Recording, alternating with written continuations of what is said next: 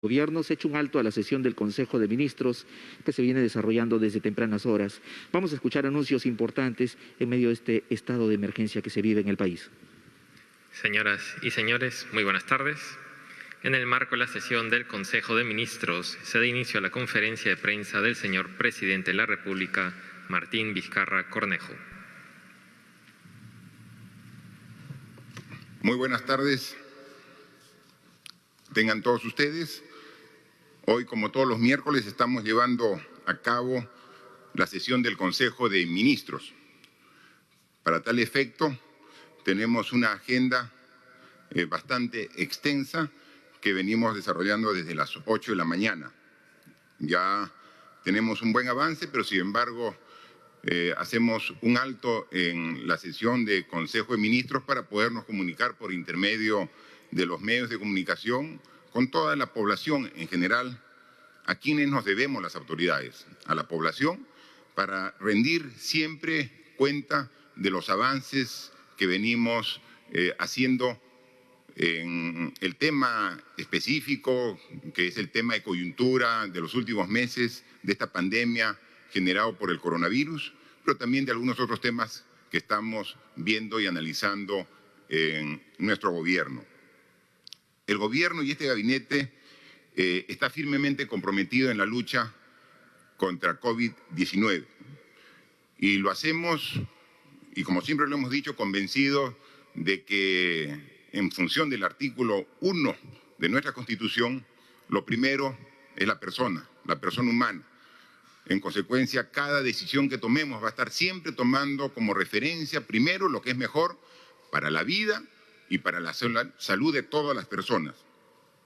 Y como también ayer lo dije, en Paracas, en la provincia de Pisco, en la región de Ica, cuando asistí acompañado del canciller de la República y el ministro de Defensa para conmemorar los 200 años del desembarco de la Expedición Libertadora.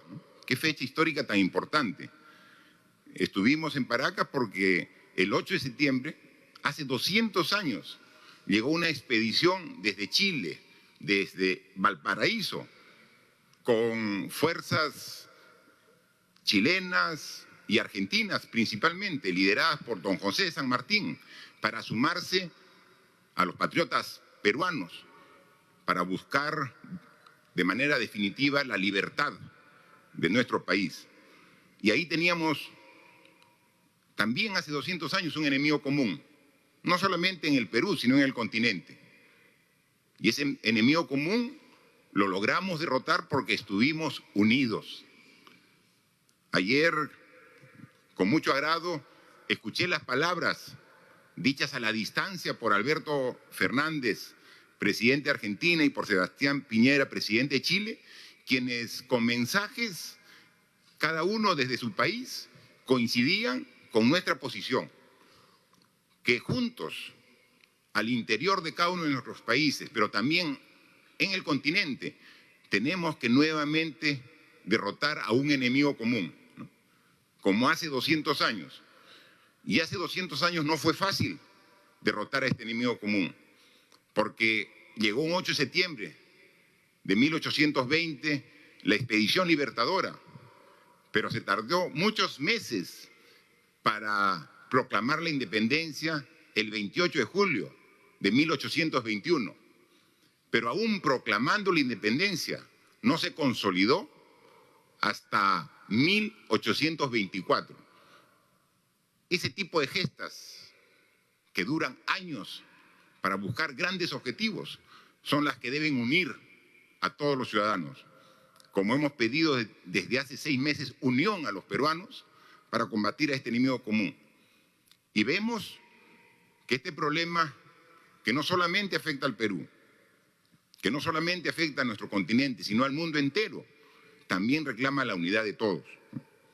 Veíamos las cifras que ya nos estamos acercando a los 28 millones de personas infectadas con el COVID-19 a nivel mundial y que ya estamos bordeando los 900.000 personas que han fallecido. Estamos ya cerquita a 1 millón de personas que han fallecido en el mundo. Imagínense el efecto que está teniendo esta pandemia en la vida de tantos seres humanos. Ya estamos cerca a 1 millón de personas que han fallecido. Y tenemos que seguir trabajando a nivel mundial, siguiendo algunos lineamientos que dicta la Organización Mundial de la Salud, pero principalmente aquí, los peruanos, con las decisiones que vamos tomando día a día para tener mejores resultados. Esta pandemia, así como ya ha quitado la vida a 900.000 personas en todo el mundo, aquí en nuestro país, varios miles de personas han fallecido y se han llevado a muchos seres queridos, conocidos, compañeros de trabajo, enlutando muchas familias a las cuales, como siempre, le damos nuestra condolencia. Compartimos su dolor. El dolor producto de esta pandemia que afecta a sus hogares es un dolor de todos los hogares de nuestro país. Pero también quiero compartir con ustedes algunos datos que ya muestran signos de franca recuperación. Hay más de 500.000 de peruanos que están completamente recuperados de esta afección del COVID-19, ¿no? Más del 75%, lo que quiere decir que actualmente de cada 4 personas que han tenido el virus en su organismo, 3 ya han sido recuperados. De cada 4 personas, 3 ya se recuperaron. Más del 75% de las personas infectadas ya vencieron la enfermedad. Y así poco a poco vamos a seguir subiendo hasta que todos podamos superar esta difícil enfermedad. Para ello hemos tenido que aumentar nuestra capacidad de respuesta. Y lo decimos y lo repetimos, porque hay que recordar que nos agarró la pandemia en una situación muy precaria. Teníamos solo 100 camas UCI al inicio, hoy tenemos 1.700 y queremos llegar, como hemos dicho, a 2.000 y estamos haciendo esfuerzos porque no solamente son equipos, ahora la principal restricción que tenemos para seguir aumentando nuestra capacidad de respuesta en camas UCI es el recurso humano, son los especialistas. Y ahí estamos buscando diferentes mecanismos con el Ministerio de Salud y aquí también en el gabinete para buscar los mecanismos de tener más recursos humanos disponibles. De 100 camas UCI, hoy contamos con más de 1.700 camas UCI. De 3.000 camas hospitalarias que teníamos al inicio de la pandemia, hoy estamos bordeando las 20.000 camas. Hemos aumentado los laboratorios. Pueden creer que a nivel nacional, para hacer las pruebas moleculares, al inicio de la pandemia teníamos solo un laboratorio. El Instituto Nacional de Salud era el único sitio donde podíamos hacer pruebas moleculares. Hoy, a lo largo y ancho del país, están funcionando 30 laboratorios en las diversas regiones. Y nuestro compromiso es que todas las regiones, incluso las pocas que aún no tienen laboratorio para análisis de pruebas molecular, lo tengan lo más pronto posible. Todo ello no solamente va a ser un funcionamiento durante el estado de emergencia sanitario, estamos dando los recursos necesarios para que esos laboratorios queden después trabajando de manera permanente porque no solamente hacen las pruebas para COVID-19, sino para cualquier tipo de infección que tenemos recurrentemente en nuestro país. En consecuencia, apostamos por la ciencia, por la tecnología, por el desarrollo, también aprovechando las circunstancias por las que estamos. Hemos habilitado nuevos hospitales para estas nuevas camas y para ello hemos incorporado a más de 15.000 profesionales de la salud que están actualmente dando su servicio. Y por ello que nuestro sistema de salud hoy está más fortalecido y para el presupuesto que hemos presentado al Congreso para el año 2021, la prioridad es el sector salud, con un aumento, a pesar del problema económico que ha generado la pandemia al país. Estamos aumentando 13% el presupuesto de salud del 2020 al 2021. Tenemos que mejorar la salud, tenemos que mejorar la educación, porque eso es lo que nos ha enseñado esta pandemia y tenemos que aprender de las propias experiencias. Esta nueva etapa nos ha permitido focalizar la lucha contra la pandemia y para eso las brigadas de la Operación Taita realizan actividades de prevención y diagnóstico a través de visitas casa por casa para realizar tamizaje, exámenes clínicos, entregar medicinas y víveres cuando se requiera. Y es un trabajo que ha hecho a nivel nacional el Ministerio de Defensa, con el Ministerio de Salud y con el apoyo de gobiernos regionales y municipios en varias regiones. Y hay que decirlo, en algunas regiones hay más respaldo de las autoridades locales, pero le ponemos todo el esfuerzo para seguir trabajando y ya se han realizado 183 operaciones Taita en nuestro territorio nacional. Y siempre con información científica de los profesionales del Ministerio de Salud, ubicando los distritos donde sigue concentrada la transmisión, el contagio del virus, lo que se llaman las zonas de calor, para identificándolo, poner mayor énfasis, ¿no? En el caso específico de la ciudad de Lima, se está trabajando en Puente Piedra, San Martín, Los Olivos, Caraballo, Ancón, Rima, Coma, Santa Rosa, Independencia, por decir algunos distritos donde seguimos reforzando, como también en varias provincias a nivel nacional que tienen y permanecen en esta cuarentena focalizada. Entonces, seguimos trabajando en ese sentido. Las acciones que como gobierno hemos realizado en estos 6 meses, pero además, gracias a la responsabilidad de la población que ha acatado de manera responsable en su mayoría. Hay que pensar y hay que fijarnos siempre en la mayoría que ha acatado el distanciamiento social, el uso de mascarillas, la higiene, evitar las aglomeraciones. Ha permitido que en las últimas semanas se vean algunos resultados alentadores sobre la evolución de esta pandemia en nuestro país.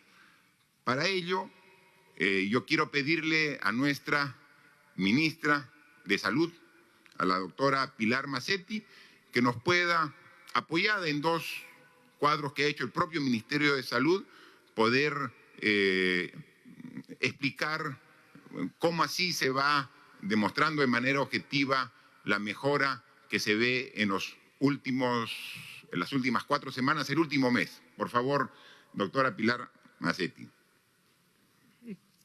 Cómo no, presidente. Muy buenos días con todos, muy buenos días con todas. En primer lugar, estamos viendo en la pantalla la curva que ha seguido los fallecimientos a lo largo de la pandemia. Estamos tomando, como ya hemos comentado anteriormente, la cifra más difícil, la más dura. Estamos tomando la cifra del SINADEF. Estamos viendo nosotros a nivel de la pantalla la parte inferior. Observen por favor ustedes la línea o la franja que es verde y están ustedes viendo allí en promedio los decesos que habitualmente tenemos en nuestro país y corresponden a 2.220 personas que fallecen durante la semana en el año 2019. Observen también por favor superpuesto a esta franja verde una línea roja. La línea roja corresponde a lo que nos ha sucedido este año y estamos viendo muy claramente desde el momento en que comienza la pandemia cómo la cifra de fallecimientos se va a elevar y al elevarse la cifra de fallecimientos estamos viendo cómo alcanzamos alrededor del 7 de junio una cifra muy importante de personas que han perdido la vida durante la pandemia, 6.443 personas. Posteriormente a eso vemos cómo empieza a bajar las cifras y esto va a coincidir con los momentos en que hemos visto que podíamos ya reiniciar actividades. Al reinicio de actividades, como ha sucedido en todos los países del mundo, poco a poco, al circular más las personas y al relajarse un tanto las medidas, hemos visto el incremento progresivo en la cifra de fallecidos. Y luego, llegando a un máximo alrededor de la primera semana de agosto, 6.767, observen por favor cómo está cayendo en forma progresiva la cifra de fallecidos. Todavía nos falta algo más de tiempo y con el favor de Dios y el esfuerzo de todos los ciudadanos y los profesionales de las diferentes áreas de la salud y los aliados de la salud para que logremos recuperar cifras que sean semejantes a otras épocas. Hemos visto una disminución de alrededor de 2.600 casos en las últimas semanas.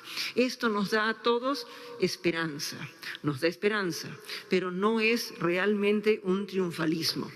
¿Por qué nos da esperanzas? Porque vemos cómo el comportamiento de nuestra población, la gran mayoría de ciudadanos que sí siguen las normas que indican que debemos guardar distancia social, que debemos limpiar nuestras manos cuando estamos en contacto con alguien o con algún objeto en los alrededores, que implican que todos usemos mascarilla, estamos viendo cómo la cifra empieza a caer. Igualmente, esta cifra refleja no solo el esfuerzo de los ciudadanos, sino el esfuerzo de todos los sistemas vinculados a la salud. Aquí vamos a encontrar las medidas de contención. Las regiones, muchas de ellas, como Ayacucho, como Huancavelica, como Ica, como Tacna, han hecho grandes esfuerzos por ir hacia el nivel de atención primaria y empezar a contener. El plan Taita ha salido también a hacer contención a nivel nacional con un número muy importante de personas que han sido atendidas para encontrar a los más vulnerables. El Ministerio de Salud ha hecho también, acoplándose al plan Taita, un complemento para empezar también a atender no solo a los vulnerables, sino a los otros. Y todos hemos colaborado para que todas estas medidas empiecen a ayudarnos. Las cuarentenas, inicialmente bastante amplias y luego focalizadas, nos han ayudado. Y por último, algunas medidas de restricción, como por ejemplo el mantener la dificultad para salir a partir de cierta hora de la noche, según las regiones, o para cortar las salidas los días domingo. Todas esas medidas están contribuyendo a que esté bajando la curva más difícil, la curva de personas fallecidas. Y estamos viendo también en las láminas que el señor presidente ya ha mencionado, cómo ha empezado también a haber una disminución en la cantidad de camas que están siendo ocupadas a nivel nacional. Recordemos que todas estas cifras no deben llevarnos al triunfalismo, deben llevarnos a reconocer el esfuerzo de todos y particularmente a seguir manteniendo el cuidado, esperando el momento en el cual podamos acceder a una vacuna que sea eficaz y que sea segura para que todos los peruanos estemos protegidos. Gracias. Muchas gracias, ministra Mazzetti. Efectivamente, el comando COVID que se instaló al inicio de esta pandemia es quien va recabando esta información de manera diaria, ¿no? O sea, todos los días a las 6 de la mañana nos dan la información actualizada, ¿no? Y veíamos con preocupación cómo la cantidad de camas de hospitalización con pacientes COVID iba aumentando de manera continua. Comenzó primero, los primeros días, ¿recuerdan ustedes cuando tuvimos rápidamente incluso que habilitar las torres que se construyeron para los panamericanos, la Villa Panamericana, ¿no? Y habilitar rápido el hospital de Ate, ¿no? Aquí en Lima, porque Lima al inicio tenía el 70% de los contagiados a nivel nacional. Entonces comenzamos a habilitar una torre con 400 camas, otra torre, mientras que los hospitales aumentaban su capacidad de atención. Y entonces veíamos que los pacientes comenzaban a llegar a los hospitales. Y primero eran los primeros 50 pacientes, luego 200, 500, 1000. Y hemos llegado así de manera gradual y progresiva hasta el 16 de agosto, donde hemos llegado a tener la mayor cantidad de pacientes hospitalizados por COVID. Es decir, pacientes que por sus síntomas requerían una atención profesional en un hospital. Porque muchos otros pacientes podían estar tranquilos en su casa, otros asintomáticos, pero los que requerían una atención médica en un hospital, al 16 de agosto fueron más de 14.000. 14.060 personas en el Perú requirieron hospitalización. Y al 9 de septiembre, es decir, lo que hoy nos reportan, es 10.560. Es decir, del 16 de agosto al 9 de septiembre se ha disminuido el requerimiento de 3.500 camas. La demanda ha disminuido en 3.500 camas. La oferta está por alrededor del mismo número. Entonces, lo que quiere decir que a mediados de agosto teníamos una disponibilidad de 5.200 camas libres a disposición de las nuevas personas que se infecten. Hoy tenemos 8.517, obviamente distribuidas en todos los hospitales del país, ¿no? Y esto tiene relación también con el otro cuadro que también lo ha explicado la ministra, referido a la curva de personas fallecidas por todo concepto, ¿no?, que es la que reporta SINADEF. El SINADEF es el Sistema Nacional de Defunciones, SINADEF, y ese es quien recibe todos los días el reporte a nivel nacional de todos los hospitales, de todas las personas que fallecen. Inmediatamente se suben y se registran en el SINADEF. Y es un sistema moderno que tiene el Perú de registro de personas que fallecen, que recién tiene poco tiempo e incluso es un modelo en los países de la región por la implementación y el nivel de certeza que tiene, ¿no? El sistema antiguo era un sistema análogo que se tenía que hacer la inscripción no directamente en el sistema, y a veces demoraban meses y hasta años para actualizar la cifra exacta de fallecidos. Ahora hay un sistema moderno que se estableció hace algunos años y permite tener esta información, que generó la preocupación del incremento de personas fallecidas, como lo ha dicho la ministra, llegando a un primer pico desde el 15 de marzo, que iniciamos el estado de emergencia y la cuarentena, hasta la semana del 13 de junio. Llegamos a un primer pico de 6.443 personas fallecidas por semana, ¿no?, cuando el promedio del año pasado era de 2.220. Luego comenzó a disminuir, ¿no?, y entonces ahí comenzamos nosotros la primera semana de julio, la tercera fase de la reactivación económica, y levantamos la cuarentena general.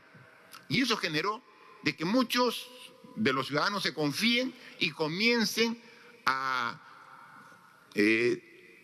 disminuir su control y a disminuir su nivel de responsabilidad. Y ahí comenzó nuevamente a subir la curva. Lo que nos preocupó ha sido motivo de muchas reuniones aquí en Consejo para tomar medidas de ajuste adicional, porque llegamos el mes de julio a nuevamente estar en subida las personas que fallecían por semana, y llegamos a un nuevo pico en las primeras semanas de agosto a 6.767 personas a la semana que habían fallecido.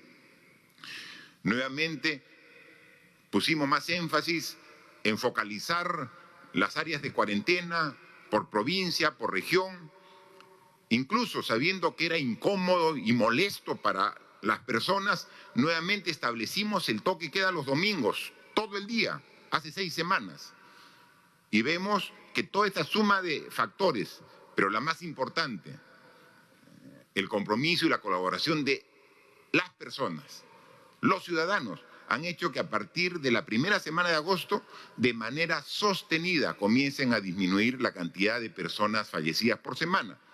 Han fallecido la última semana 4.162, que son 2.600 menos que la semana primera de agosto, que fueron 6.767. Claramente se nota en la curva un descenso sostenido. Podemos ver ahí en la curva un descenso sostenido que se está viendo en las últimas semanas. Pero lo que sí coincido plenamente con la ministra de Salud, como es el consenso de todo el gabinete, que esto no debe generar ningún triunfalismo, no nos puede generar ninguna confianza. Sí, es un dato esperanzador, pero tenemos que seguir trabajando. El virus no se ha ido. Tenemos que seguir siendo igual de responsables para que esto se continúe en esta tendencia de disminución, ¿no? O sea, nadie va a estar de manera triunfalismo, ni nosotros ni ustedes. Por favor, son cifras que reflejan que los resultados están yendo por el camino que estábamos buscando, pero debemos seguir siendo responsables y no debemos generar ninguna acción que relaje nuestro comportamiento y que nuevamente pueda reiniciar un aumento de los contagios. Depende simplemente de ustedes y de nosotros. Depende de todos los peruanos. Depende de nuestra unidad, de nuestro esfuerzo, continuar con esta tendencia y así, controlando al virus, mejoramos la salud. Y si mejoramos la salud de todos los peruanos, como también vemos, mejora la economía. Así como la curva de fallecidos y de contagiados subió y ahora está bajando de manera significativa, la economía también tuvo una caída muy fuerte en el mes de abril y mayo. Y vemos que junio, julio ha comenzado a subir y mejorar. Hay algunos datos que nos indican que la economía en algunos sectores ya está en condiciones similares a la época de antes de la pandemia. Entonces son curvas que van en camino inverso. Mientras que va descendiendo la curva de contagios y fallecidos, va mejorando y subiendo las curvas de generación de empleo, de inversiones, de desarrollo económico, que es lo que finalmente todos queremos. Mientras que estamos informando de esta situación, no nos descuidamos en el tema de mediano plazo, que es el de la vacuna. Hoy, en Consejo de Ministros, hemos aprobado un decreto de urgencia para establecer algunos mecanismos para poder dar las facilidades al Ministerio de Salud y al Ministerio de Relaciones Exteriores para poder, como dice, decreto de urgencia que dicta medidas extraordinarias para facilitar y garantizar la adquisición, conservación y distribución de vacunas contra la COVID-19. Hoy hemos aprobado en Consejo de Ministros. Claramente está establecido como objeto de este decreto de urgencia establecer las medidas extraordinarias en materia económica y financiera para facilitar y garantizar el acceso, adquisición y conservación, distribución y aplicación de las vacunas que generen la producción de anticuerpos e inmunidad en la población a fin de contrarrestar el avance del COVID. Ya en una sesión anterior de ministros tratamos este tema y también hicimos conocimiento a la población que tenemos ya coordinaciones con por lo menos 6 laboratorios de los más reconocidos a nivel mundial, los más prestigiosos de diferentes países. No solamente estamos con un laboratorio o con la tecnología y la ciencia de un país, con varios a la vez. De todos vamos a recabar las vacunas y vamos a hacer el trámite correspondiente, porque van avanzando en una sana competencia científica y tecnológica y seguramente algún laboratorio producirá con algún tiempo de anticipación respecto a los otros. Con todos estamos viendo para ir teniendo la vacuna inmediatamente. Algunos laboratorios piden adelanto para poder ya contar con la vacuna apenas la tengan. Este decreto de urgencia precisamente da el marco legal para que puedan adquirir el Ministerio de Salud las vacunas y podamos nosotros tener la seguridad que cuando comience la comercialización de la vacuna tengamos nosotros la disponibilidad para distribuirla a todo el Perú.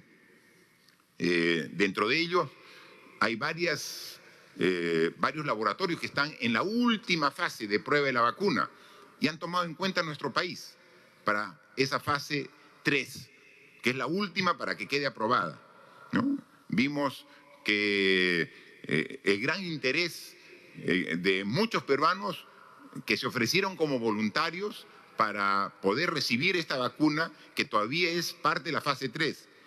Y quiero anunciar que pasado mañana, el día viernes, comenzamos ya ese análisis clínico aquí en el Perú. Pasado mañana, el viernes, en la Universidad Cayetano Heredia, porque aquí tenemos que unir la necesidad de la vacuna con el desarrollo tecnológico propio, científico de nuestro país.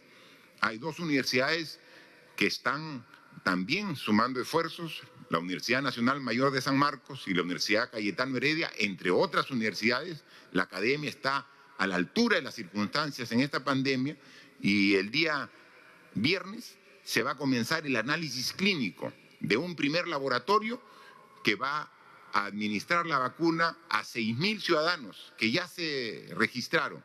Y vamos a estar aquí también viendo cómo hacemos esta evaluación final para tener ya la disponibilidad de esta vacuna tan necesaria cuando ya se comercialice. Mientras que eso ocurra, responsabilidad de todos es lo que requerimos y nada de tener exceso de confianza porque este camino es largo y tenemos que perseverar hasta que derrotemos por completo a este virus. Otro tema que quería tratar también en esta conferencia es sobre un tema que hemos hecho referencia en anteriores oportunidades y que lo traemos nuevamente en esta oportunidad, dado que es necesario que podamos hacer ver que el Congreso de la República tiene solamente el mes de septiembre para incorporar las reformas políticas que van a estar vigentes para las elecciones de acá, 9 meses, o antes, del 11 de abril del 2021 son las elecciones. Y en consecuencia, según los plazos para estas elecciones, las modificaciones que van a regir en las mismas solamente pueden ser aprobadas hasta este mes de septiembre. Entonces hay unas reformas que son sumamente importantes que no podemos dejar la oportunidad de ser aprobadas por el Congreso. Por eso es la exhortación, no del Ejecutivo, no del presidente, de la ciudadanía, para que incorporen los cambios que fueron aprobados, por ejemplo, en el referéndum que se llevó a cabo en diciembre del año 2018 y que luego fueron recogidos en 12 proyectos de ley de reforma que alcanzamos en abril del 2019 al Congreso. Ese era un Congreso anterior que comenzó a avanzar con mucha lentitud y que el actual Congreso, y podemos ser testigos todos los peruanos, en su proceso electoral, en la campaña, anunciaron y dijeron que respalden a los candidatos que luego son los ahora congresistas, porque iban a respaldar la posición manifestada por el pueblo en el referéndum y que estaba recogida en estos proyectos de ley. Estamos seguros de que van a honrar ese compromiso con el pueblo. Y así como nosotros tenemos que reconocer que hay algunos proyectos que ya han sido aprobados, como el proyecto de paridad y alternancia, que permitirá un mayor acceso de las mujeres en cargo de representación, como el proyecto que ya está aprobado con el Distrito Electoral Especial de Peruanos en el Extranjero, para que nuestros conciudadanos en el exterior también puedan votar y ser partícipes en esta fiesta democrática que son las elecciones. Sin embargo, hay temas pendientes, ¿no?, que deben resolverse con urgencia y que los peruanos estamos esperando para poder elegir autoridades que realmente nos representen. Para ello, uno de los proyectos pendientes es la ley de impedimento para postular a un cargo público con sentencia en primera instancia. Eso ya fue aprobado, falta la ratificación en una segunda votación, pero pasan los días, pasan las semanas, pasan los plenos del Congreso y no se pone en debate.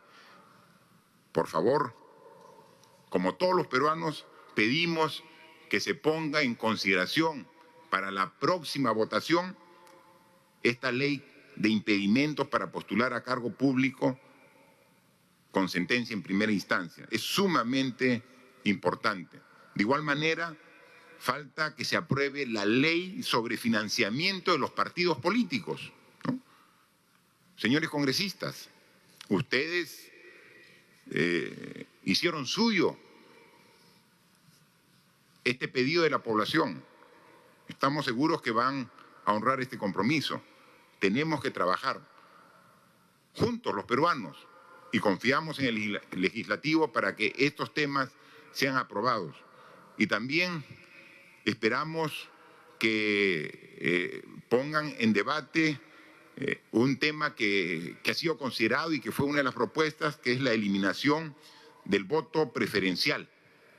Es un tema que el Congreso aún no ha asumido una posición y tiene que decir claramente su postura a través de las diferentes bancadas que integran el Congreso de la República. Así que son consideraciones muy importantes. Hoy estamos a 7 meses de las elecciones. Yo dije por error 9 meses. Estamos a 7 meses de las elecciones y tenemos solamente hasta fin de mes para hacer estos cambios. Si los hacemos después de septiembre, van a ser aplicados recién en las elecciones del año 2026.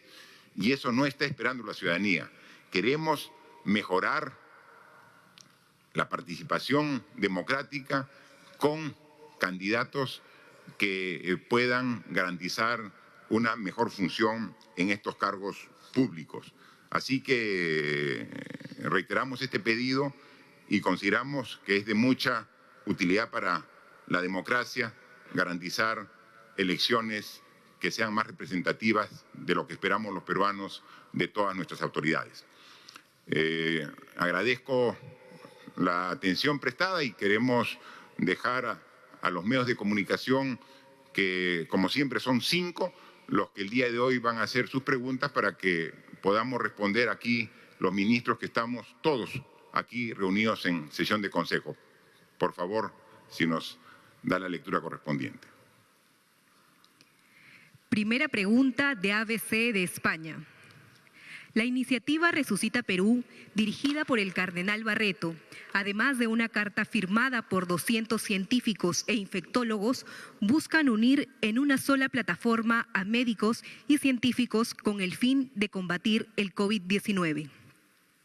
¿Qué acciones concretas piensa impulsar en esta estrategia conjunta?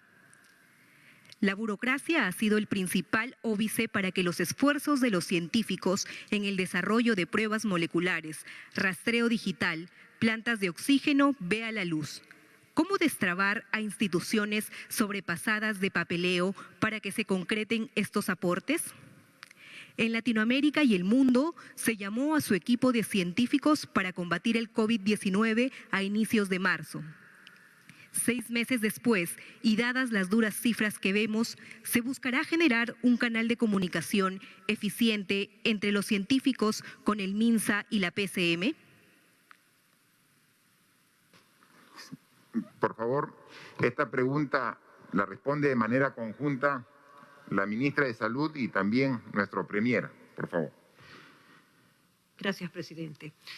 A lo largo de las semanas que han transcurrido, se ha acortado en forma importante los plazos para la aprobación de ensayos clínicos. Un ensayo clínico demora muchas semanas en ser aprobado. Se han aprobado los ensayos clínicos en, según la documentación presentada, 10 a 15 días, y tanto así que en este momento ya tenemos 2 ensayos clínicos para vacunas aprobados. Uno de ellos ya ha comenzado. Igualmente, se ha apoyado el desarrollo de una serie de prototipos de equipos de ventilación asistida, de respiradores, de plantas de oxígeno por parte de los investigadores de la Pontificia Universidad Católica del Perú, de la Universidad Nacional de Ingeniería, de nuestra Marina de Guerra y de otras instituciones. No solamente se ha apoyado el desarrollo del prototipo, sino que una vez que este ha culminado, se ha hecho la certificación de los equipos, los cuales se encuentran en este momento en uso en diferentes instituciones de nuestro país.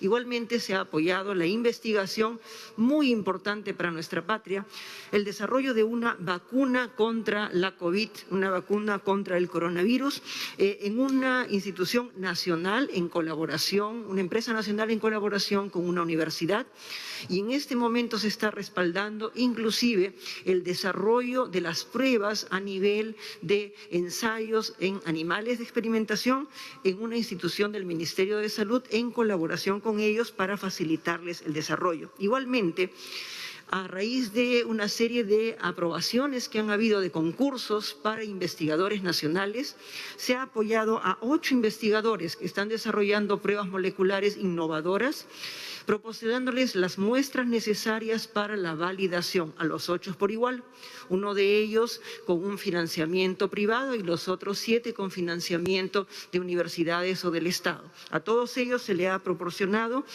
las muestras necesarias, en forma gratuita por supuesto, para validar sus resultados, y estamos a la espera de que ellos nos entreguen las características, los resultados que están teniendo. Igualmente, se han hecho muchas modificaciones que sería largo enumerar, de tal manera que se pueda facilitar el desarrollo de una serie de insumos que hemos necesitado en el contexto de esta pandemia. Y por supuesto, seguiremos aprobando todo lo que sea necesario para que nuestros investigadores alcancen el máximo desarrollo posible, no solo por el desarrollo de la investigación en nuestra patria, sino porque en este momento nuestra población así lo necesita. Gracias. Gracias, señor presidente. La pregunta hace mención también a la estrategia lanzada por el monseñor Pedro Barreto, Resucita Perú Ahora. Hemos tenido ya 5 conversaciones con el monseñor Pedro Barreto y con la gran mayoría de los líderes que conforman cada una de las comisiones de esta iniciativa. Es una iniciativa bastante amplia, muy importante, porque está convocando a diferentes profesionales de todos los sectores, a políticos, a empresarios, a la Iglesia misma y a diferentes sectores de la comunidad del país, con el único esfuerzo de unir todos los conocimientos, experiencias en diferentes plataformas para ver la mejor manera de combatir a esta pandemia que estamos sufriendo. Hemos explicado a esta iniciativa, a todos los integrantes, cuál es la estrategia nacional que tiene el gobierno con la lucha contra esta pandemia y cuál es la estructura que tenemos para que justamente ejecute estas líneas estratégicas. Y coinciden claramente con las diferentes comisiones que se han conformado en esta estrategia. Y hemos visto muy oportuna de trabajar conjuntamente con esta gran estrategia que está implementando e impulsando el monseñor Pedro Barreto, integrarla también con la estrategia nacional. Al integrarla, que ya estamos teniendo conversaciones de primer nivel y luego pasaremos ya a la integración de los equipos técnicos, va a facilitar muchísimo el trabajo, no solamente de los científicos, sino de muchos sectores, y para ver de qué manera podemos flexibilizar algunas trabas que pueden ser burocráticas para acelerar todo lo que son los estudios científicos y también colaborar en diferentes aspectos en la lucha contra la pandemia. Esta estrategia Resucita Perú Ahora tiene las comisiones muy bien definidas que se ajustan perfectamente a la estructura que tenemos como gobierno a nivel nacional para la lucha contra la pandemia, y vamos a continuar estas reuniones de tal manera de poder en forma eficaz juntarnos todos los peruanos con esta iniciativa para luchar contra la pandemia.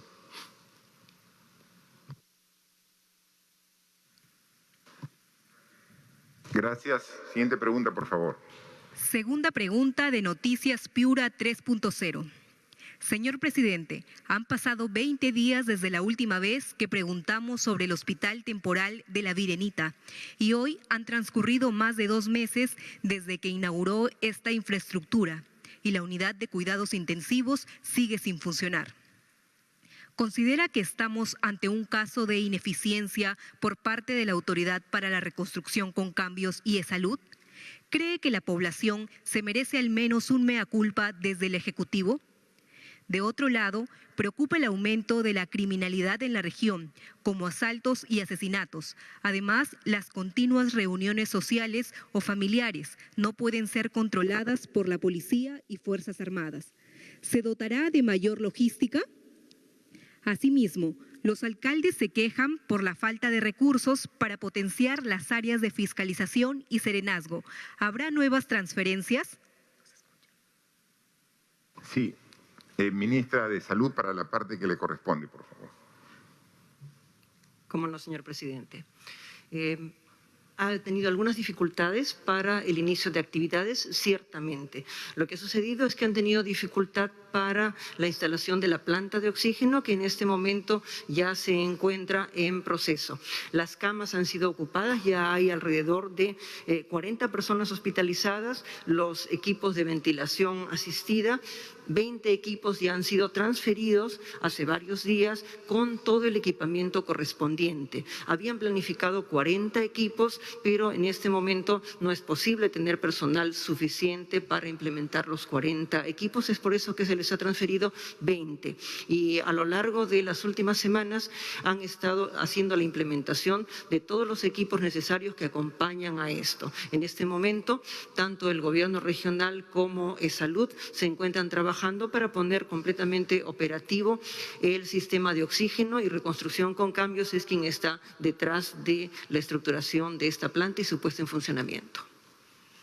Sí, al respecto, E-Salud, quien administra ese hospital temporal en la Virenita, en Piura, manifiesta que en esta semana, porque van a, en ese ambiente, en ese hospital, se va a aumentar la oferta en 20 camas UCI, 20. En esta semana se incorporan 10 y en la próxima semana incorporan las 10 más. Efectivamente, había un retraso en camas UCI porque el problema que se ha tenido a nivel nacional es la falta de provisión suficiente de oxígeno. Y una cama UCI tiene un alto consumo de oxígeno. En consecuencia, si bien este hospital temporal en la Virenita ya está funcionando para pacientes leves a moderados, para pacientes graves, esta semana va a incorporar 10 camas UCI y la próxima semana las otras 10 camas UCI. Estaré pendiente de que se cumpla este plazo porque si bien Piura está disminuyendo en sus contagios, siempre es necesario tener una holgura en camas UCI porque las personas que agravan siempre deben tener la oportunidad de ser atendidas en los hospitales hospitales públicos, en este caso de salud, como también de los que administra el gobierno regional. También este medio de comunicación de Piura hablaba sobre el aumento de la criminalidad, ¿no? Y cómo está trabajando la policía y Fuerzas Armadas para poder tener una mejor respuesta ante ello. Y no solamente hablaba en la respuesta ante hechos delictivos, sino también cómo controlar las reuniones sociales o familiares que hay en Piura. Miren, para eso requerimos la responsabilidad de todos. La policía y las Fuerzas Armadas obviamente tienen un rol de control ahora, de respeto a las normas que se han establecido. Estamos en estado de emergencia, pero no pueden, y eso hay que ser absolutamente claro, estar vivienda por vivienda tocando para ver si es que no están en alguna fiesta. Eso es responsabilidad de todos los peruanos, de las familias, de los hogares. Entonces, sí, tenemos que mejorar, y eso lo hemos dicho, nuestra respuesta ante la delincuencia común, ante el crimen organizado. Pero el tema de responsabilidad, cuando todos somos responsables, ¿ha visto cómo baja la curva? Porque es la suma de esfuerzos y de responsabilidades de todos. Entonces, sí acojo la pregunta para mejorar nuestra respuesta, para enfrentar los actos delictivos, pero somos todos los que debemos ser responsables para evitar que el contagio se dé en focos familiares o vecinales, con organización de fiestas que no podemos aún permitir porque estamos todavía con el virus circulando en todas las regiones del país. A pesar que está bajando el contagio, a pesar que están bajando las camas de hospitalización requeridas, a pesar que están bajando las defunciones, no, el virus sigue en medio de nosotros. O sea, no podemos aún generar focos de contagio familiar o amical. Le daría al ministro del Interior para que pueda ver algún tipo de las medidas que está coordinando en Piura y en todo el Perú, en coordinación con las Fuerzas Armadas para poder enfrentar estos actos delincuenciales que siempre se dan. Por favor, ministro. Gracias, señor presidente. Las acciones de la Policía Nacional y las Fuerzas Armadas son permanentes y se está coordinando también con la macrorregión de Piura a fin de que pueda realizar conjuntamente con las Fuerzas Armadas el plan de fiscalización que se viene realizando en la ciudad de Lima. Todas las acciones que se están dictando son a nivel nacional. Por lo tanto, esta situación y este trabajo va a ser conjunto con las municipalidades, toda vez que la labor de fiscalización de centros, de bares y lugares donde asiste público que está prohibido y está terminantemente prohibido, se va a realizar a nivel nacional, señor presidente. Gracias. Y para concluir, hay un pedido que transmite este medio de comunicación, pero es común de los diferentes municipios porque como han tenido menos ingresos por la pandemia, reclaman una mayor transferencia de presupuesto de parte del Ministerio de Economía y Finanzas, ¿no? Entonces, ministra, ¿cómo así se está atendiendo esta problemática de los diversos municipios del país? Gracias, presidente. Somos efectivamente para transmitirle a todos los alcaldes que tienen esta preocupación. Somos conscientes que el desempeño de la actividad económica está afectando la recaudación. Lo que para nosotros es muy importante es que los servicios a los ciudadanos se mantengan financiados, los servicios, lo que lo llamamos los servicios críticos. A la fecha hemos transferido a nivel nacional para este rubro de gasto 865 millones de soles. Tenemos una previsión adicional de 500 millones de soles para transferir en los siguientes meses. Estos se suman a los 1.100 millones de soles que se ha transferido en el marco del plan de incentivos. Estos recursos, como siempre lo sugerimos, estos recursos del plan de incentivos tienen que ser básicamente para priorizar la atención de los servicios a los ciudadanos, pero desde el Ministerio de Economía y Finanzas todo el compromiso para estar monitoreando la situación del financiamiento y garantizar los recursos para que los servicios tan importantes para el ciudadano como el recojo de la basura, como la seguridad ciudadana estén adecuadamente financiados. Gracias, presidente. Muchas gracias. Por favor, la siguiente pregunta. Tercera pregunta de Televisión Tarapoto de San Martín. Las pequeñas y microempresas formales de la región San Martín se sienten abandonadas por el Estado. La reactivación económica no se siente, los préstamos reactiva solo fue para unos cuantos. ¿Cómo piensa el Estado retomar la dinámica económica de esta importante región del país que no podrá salir adelante sin el apoyo correspondiente? Asimismo, ¿hasta cuándo el Estado empezará a educar y orientar de manera sencilla y directa a la población sobre la COVID-19? La confusión continúa, los mensajes no cumplen los objetivos. Finalmente, ¿cómo se viene trabajando desde el Estado la reactivación del sector turismo en la región, teniendo en cuenta que nos hemos convertido en un destino importante tanto para el turismo interno como el internacional? Bien, ministra de Economía y ministra de Comercio Exterior y Turismo, por favor. Gracias, presidente. Primero, recordar que Reactiva no es el único instrumento que tenemos para las MIPES. Un dato importante es que en el caso de San Martín, 7.870 empresas se han visto beneficiadas con préstamos de hasta 653 millones de soles. Pero como les comenté, no es el único instrumento que tienen las MIPES. Hemos desarrollado el FAE MIPE, donde también han sido las MIPES beneficiadas, y en las próximas semanas vamos a implementar el FAE Agro y el FAE Turismo, que la ministra de Turismo dará algunos detalles. Quiero también comentarles que tenemos dos líneas de trabajo importantes también para reactivar la economía. La primera es, hemos retomado las acciones de ejecución de inversión pública. La inversión pública cierra brechas, dinamiza la economía local y genera empleo. Hemos retomado la agenda y todos los instrumentos que teníamos de asistencia técnica, y en septiembre ya comenzamos a ver que los gobiernos regionales y los gobiernos locales vienen ejecutando ya con mayor dinamismo la inversión pública. Entonces, la inversión pública va a contribuir mucho. La segunda línea son nuestros programas de empleo temporal. Arranca Perú, que en el caso de la región San Martín se ha financiado más de 200 millones de soles para gastos críticos de los gobiernos locales para que puedan seguir con sus actividades, pero también para el mantenimiento vial, 165 millones y 23 millones de soles para Trabaja Perú. Estos programas de empleo temporal van a estar, obviamente, a mejorar las condiciones de las vías, pero también a generar mucho empleo.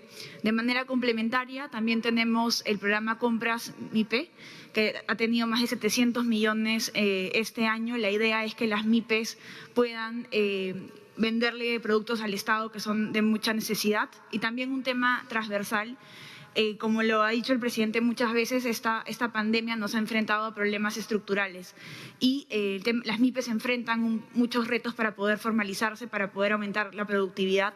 Por eso es que hace unos días hemos instalado una mesa ejecutiva MIPE, donde en coordinación con los gremios vamos a sentarnos a identificar cuáles son las soluciones para que las MIPES puedan desarrollar todo su potencial.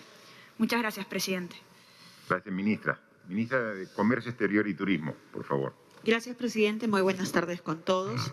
Respecto a cómo se está dando soporte al sector turismo, básicamente en la región San Martín. Primero, desde el punto de vista de financiamiento, la preocupación siempre ha sido por parte del Estado procurar que las micro, pequeñas empresas y las empresas dedicadas al sector turismo tengan un soporte financiero y económico para soportar esta crisis. En ese sentido, más allá del Reactiva y del FAE MIPE, también, presidente, como se ha señalado, se sacó el FAE Turismo.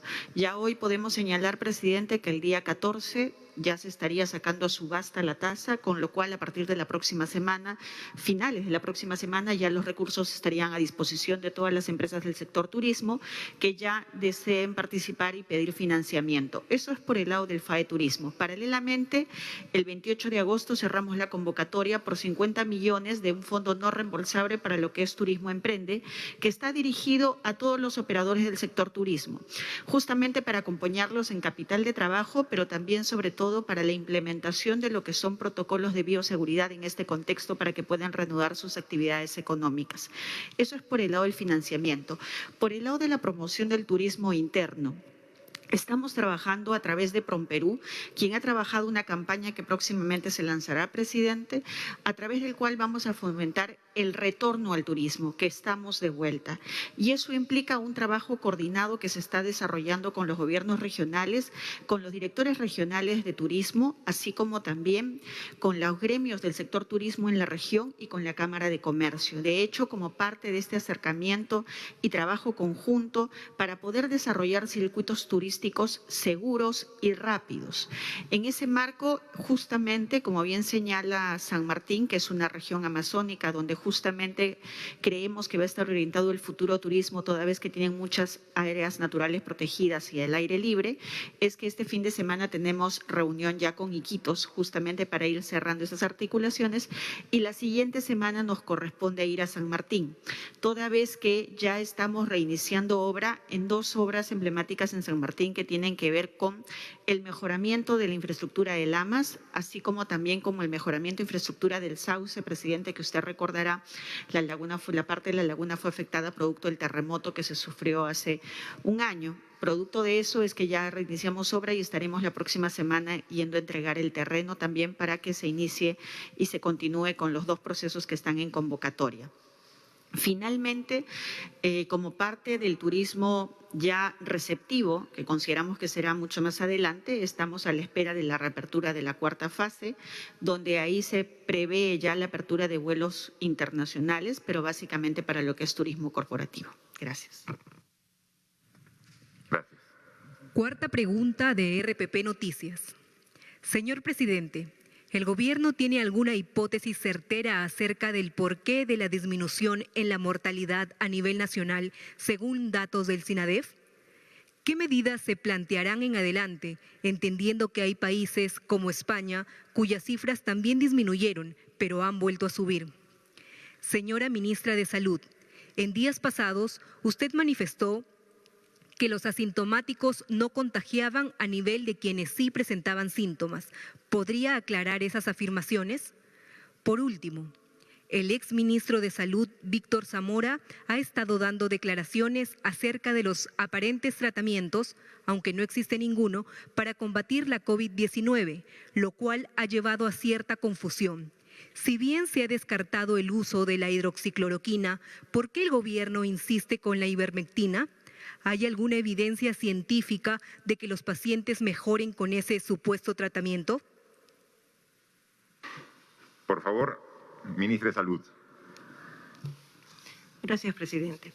Con respecto a la disminución de la mortalidad en las cifras del SINADEF, reitero que tenemos que ser todos cautelosos y que si bien las cifras del SINADEF pueden ser las más duras que estamos observando y por consiguiente, al ver que están disminuyendo, podemos ciertamente tener esperanza, no significa que debemos nosotros descuidar las medidas de ninguna manera. Como hemos mencionado hace un momento, esas cifras están, pensamos nosotros, empezando a disminuir, por un lado, por la actitud de la mayor parte de la población que está siguiendo las medidas. Algunas personas son transgresoras y ciertamente todos los que transgreden las normas pagan con el precio de su propia salud y la salud de sus familias y de las personas alrededor el hecho de que no estén siguiendo las medidas indicadas, pero la gran mayoría las sigue. Por otro lado, hay una serie de medidas que se están tomando para hacer contención a nivel comunitario. A través de los mismos gobiernos regionales, muchos de ellos están haciendo ya intervenciones. El Plan Taita nos ha ayudado en particular con todos los vulnerables y en las últimas semanas también, junto con el Ministerio de Salud, en las otras personas que puedan estar afectadas. El personal que trabaja en atención primaria también está saliendo a hacer contención y pensamos que las medidas que hacen que podamos restringir las horas que tenemos que circular, las cuarentenas focalizadas, el cierre de los domingos, todo ello ha contribuido. Ciertamente también en parte es el hecho de que las pandemias con todas estas medidas tienden a hacer una lenta disminución, pero no quiere decir que eso no va a cambiar en algún momento. Con respecto a los asintomáticos, en ningún momento de la declaración que hice indiqué que los asintomáticos no contagiaban. Si ustedes revisan la grabación, en ningún momento he dicho que los asintomáticos no contagian, y eso tiene que quedar claro, porque tomamos medidas porque las personas que enferman nos contagian, pero también tomamos medidas en particular porque las personas asintomáticas sí nos contagian, y lo mencioné en la misma entrevista. Recuerden, una persona que pueda contagiarnos, una persona contagia a 2, esos 2 contagian a 4, los 4 a 8, 16, 32, 64. Por eso tomamos nosotros medidas para protegernos de ese contagio. Por otro lado, con respecto a los medicamentos, recuerden que esta es una decisión conjunta entre el personal técnico del Ministerio de Salud y el equipo de expertos, el mismo equipo de expertos que fue instalado durante la gestión de mi antecesor. Y ellos mismos nos han solicitado tener por lo menos hasta este fin de semana para poder revisar todos los artículos, ya que a nivel mundial se publican artículos, unos a favor y otros en contra, y ellos quieren tener una idea más clara de las circunstancias. Mientras tanto, no se ha hecho ninguna otra adquisición que pueda implicar un gasto para el Estado. Gracias. Bien, sí, solamente me queda a mí ratificar lo dicho por la ministra de Salud de que este descenso claro de las últimas semanas es gracias al trabajo de todos los peruanos, las autoridades, las instituciones, pero también la población. Todos, con este esfuerzo, estamos logrando mejorar la evolución de manera positiva. Porque hay veces, yo lo veo y lo tomo realmente con gracia, cuando las cosas empeoran, es por problemas del gobierno, ¿no? O sea, cuando las cosas están mal, cuando sube el contagio, cuando suben los fallecidos, es problema del gobierno. Y cuando las cosas mejoran, oye, hay que buscar cuál será la justificación, ¿no? Entonces, si es algo malo, el gobierno tiene la culpa. Digo para algunos, porque la población es sumamente inteligente y sabe que tenemos mucho compromiso, mucho trabajo, que también nos equivocamos, por supuesto que sí, pero hay un compromiso y un trabajo. Entonces, nosotros sí creemos y somos autocríticos. Cuando las cosas no se dan como quisiéramos, analizamos y hacemos correctivos y cambiamos. Eso con toda seguridad. Y cuando las cosas mejoren, es porque también se han tomado las medidas adecuadas y la población, junto con las autoridades, estamos actuando responsablemente. Y eso es lo que ha ocurrido. Hay un proceso de aprendizaje. No existe un catálogo de comportamiento en pandemia. Autoridades, instituciones, población, estamos actuando en un proceso de aprendizaje y de mejora continua. Y estamos poniéndole esfuerzo realmente para mejorar y poco a poco se ven los resultados. No en vano hicimos Operación Taita, casa por casa. Oye, se crea conciencia. ¿Cuántos operativos Taita se ha hecho? 183. No, muchos no saben, pero sí los que han llegado hasta su domicilio, esta Operación Taita, comenzar a trabajar aumentando la capacidad de respuesta. Entonces, es un trabajo intenso que hacemos todos y que finalmente, a pesar que siempre habrá críticos que no encuentran nada bueno al gobierno, nosotros seguimos trabajando con el mismo compromiso y el mismo entusiasmo para dar lo mejor de nosotros en beneficio de los peruanos. Última pregunta de Diario Ojo. Señor presidente, la señora Keiko Fujimori literalmente acaba de acusarlo de populista, una fórmula de gobierno que le ha hecho mucho daño al país. En su opinión, ¿qué puede responderle? Asimismo, el panorama electoral para las elecciones 2021 empieza a calentarse. ¿Presentará usted algún candidato a sucesor? Por último, ¿no cree que el remedio fue peor que la enfermedad tras disolver el Congreso anterior y elegirse este en funciones, que legisla con evidentes intereses creados y, según sus palabras, hay temas pendientes que deben resolver con urgencia? Bien, creo que el medio de comunicación comete un error de interpretación respecto al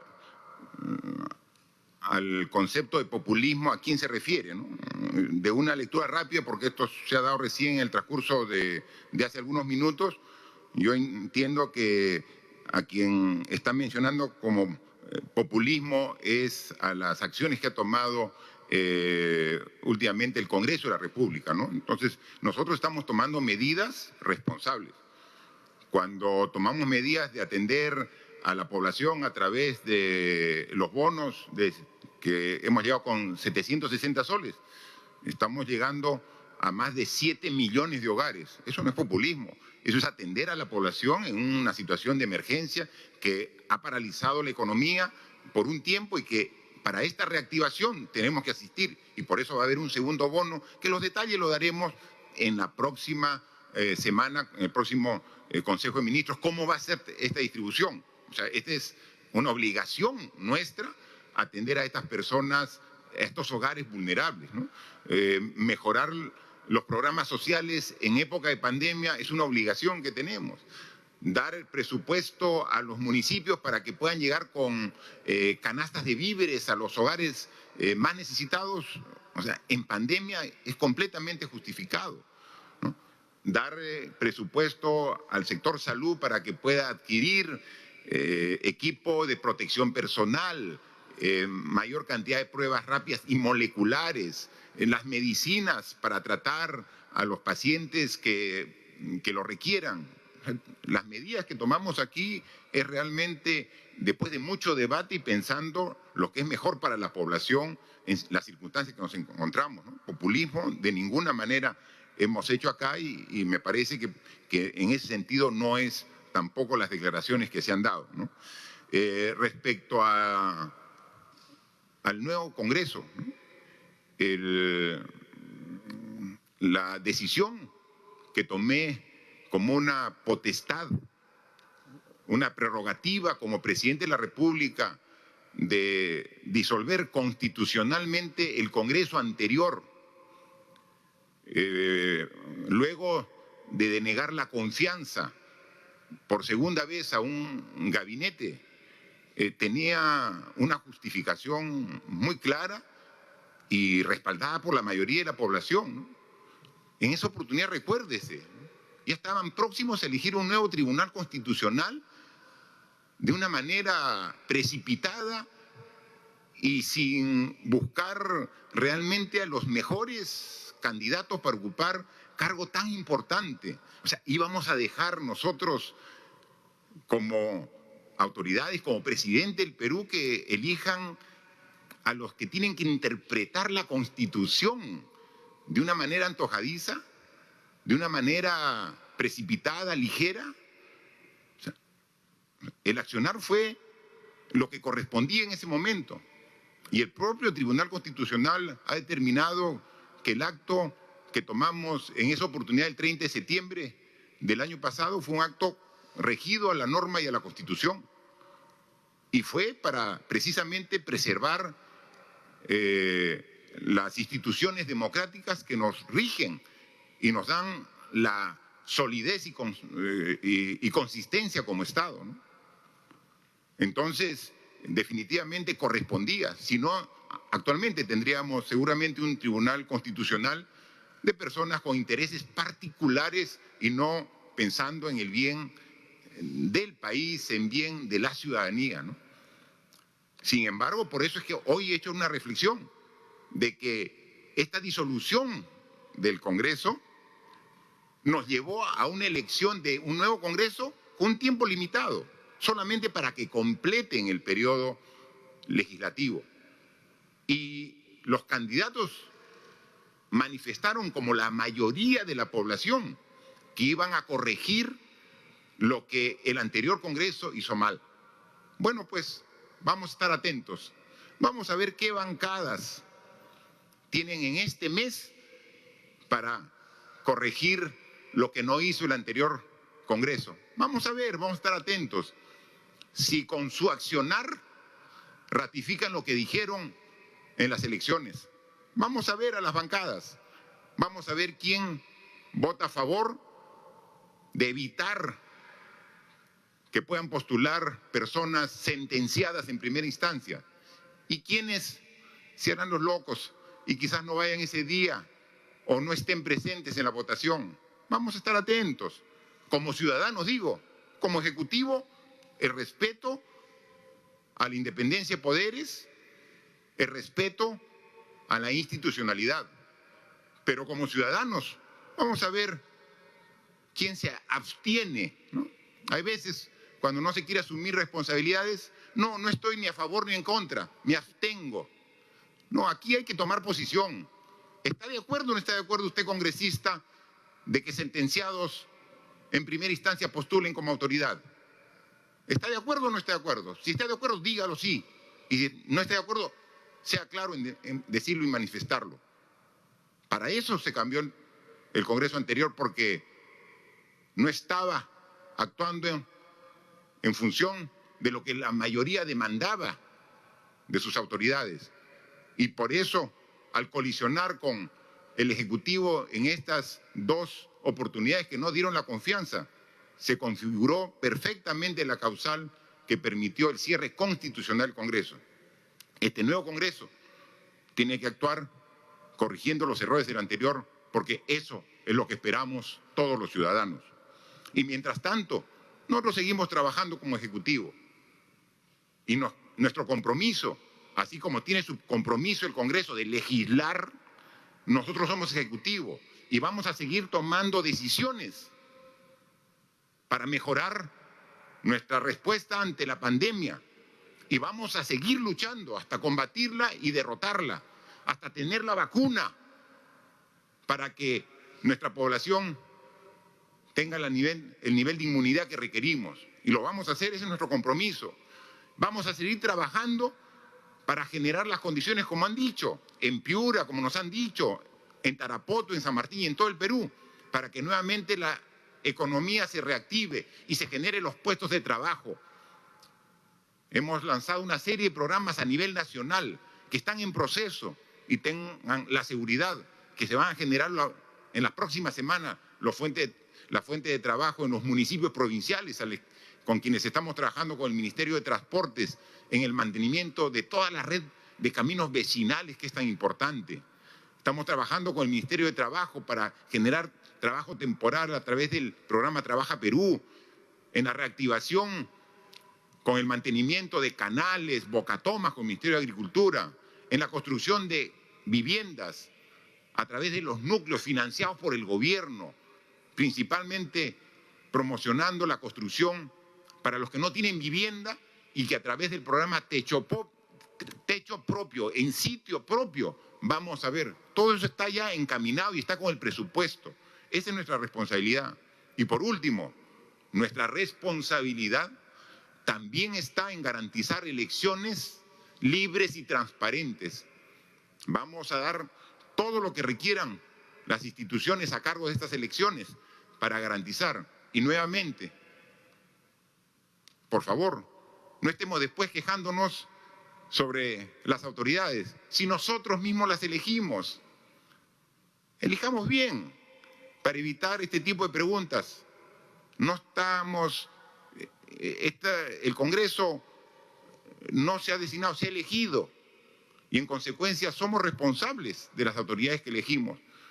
Estamos a 7 meses de las elecciones. Veamos la actitud y comportamiento de los políticos y ratifiquémosle la confianza a los partidos que trabajen a la altura de las circunstancias y de la necesidad de la población. Tenemos que hacerlo todos. Por último, para concluir, no quiero dejar de mencionar un tema respecto a una comunicación que recibí la semana pasada de la Comisión de Fiscalización y Contraloría del Congreso de la República para asistir por invitación de esa comisión al Congreso, ¿no? Esa invitación yo la derivé al Ministerio de Justicia, quien analizó como asesor jurídico del gobierno, del Poder Ejecutivo, el Ministerio de Justicia, determinó claramente cuáles eran las competencias de la comisión respecto a una invitación al presidente de la República, ¿no?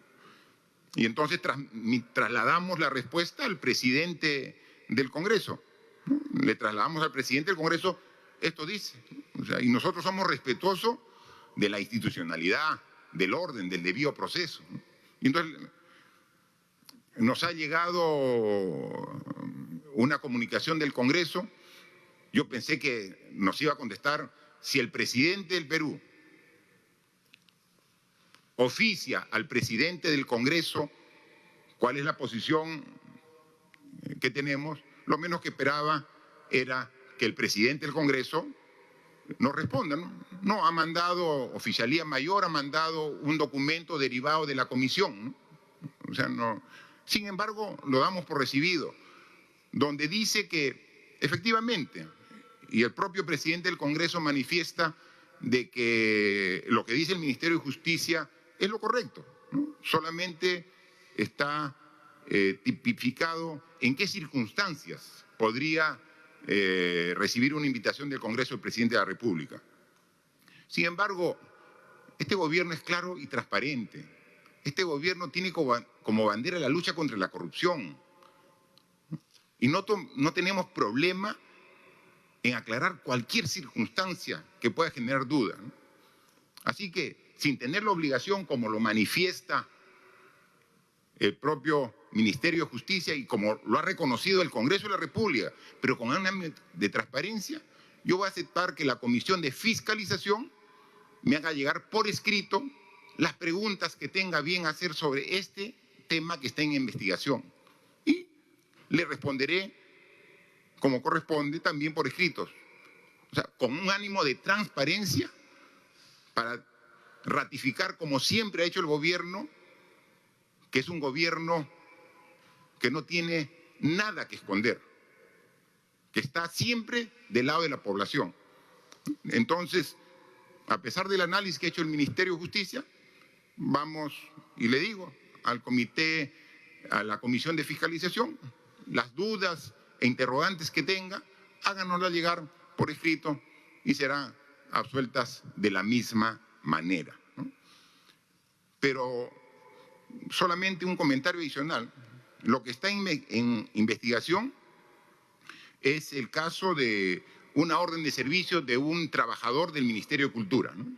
Hay un trabajador y entonces por una denuncia periodística se formó esta comisión para determinar si esta orden de servicios está bien formulada, ¿no? Y ahí está toda la investigación, se invitaba a ministros, funcionarios, etcétera.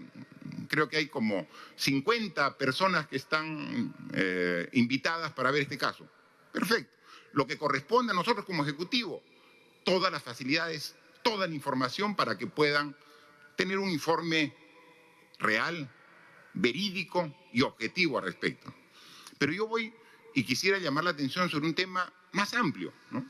Sobre precisamente las órdenes de servicio, los locadores. Se está investigando una orden de servicio de este ciudadano, el que está en proceso de investigación. ¿Sabe cuántos contratos hay de órdenes de servicio en la administración pública? ¿Saben cuántos contratos hay? Más de 40.000. Más de 40.000 contratos. Y estamos haciendo una comisión que se está a decenas de personas para ver un locador. Hay más de 40.000. Y estas órdenes de servicio no están solamente en el Poder Ejecutivo, también Poder Legislativo, Poder Judicial, el propio órgano de control, la Contraloría General de la República, hace uso de este mecanismo, órdenes de servicio para contratar personal, ¿no? Nosotros creemos que el Congreso debería más bien revisar la normatividad respecto a las órdenes de servicio, a los locadores, porque no está normado, no hay un procedimiento claro de definir cómo debería procederse en este caso, porque se contrata incluso locadores que no tienen derechos laborales. O sea, estamos hablando por los 40.000 que hay a nivel nacional, ¿no? O sea, no estamos hablando de este caso. Investíguese con toda la profundidad del caso. No tenemos absolutamente ningún temor. Hagan todo el esfuerzo de recabar la información que sea necesario y nosotros vamos a responder. Pero no es un caso. Son más de 40.000 casos que existen en las mismas circunstancias y que son contratados por un mes, a otros por 3 meses, a otros se les renueva, a otros no se les renueva. Y es un mecanismo al cual se hace uso en la administración pública y que no se les da derechos laborales, Y entonces, ¿por qué no vamos a los aspectos de fondo? ¿Por qué no hacemos un esfuerzo de, ¿quiere revisar? Revisemos los 40.000. O mejor, nos vemos bien ese concepto. Esa es parte de buscar la eficiencia y la modernización del Estado, ¿no? 40.000 trabajadores tienen este tipo de locación con orden de servicio, ¿no? Y para ello tienen como límite que no supera las 8 ITs y que son más de 34.000 soles lo que puede contratarse. Y entonces hay que pensar no solamente en revisar procedimientos, porque detrás de estos procedimientos son seres humanos, son personas que están brindando este tipo de servicio.